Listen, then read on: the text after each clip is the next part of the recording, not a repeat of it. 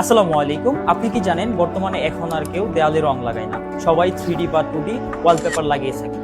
কারণ দেয়ালে রং লাগালে 1 বছরের বেশি টিকে না, কিন্তু এই ওয়ালপেপারগুলো লাগালে 10 বছরের বেশিও টিকবে, এটা আমরা গ্যারেন্টি দিয়ে বলতে পারি। সাধারণত একটা দেয়ালে রং লাগাতে 5 থেকে 7 হাজার টাকা খরচ হয়, কিন্তু আপনি যদি ওয়ালপেপার লাগান সেক্ষেত্রে 10 থেকে 12 হাজার টাকা খরচ হবে।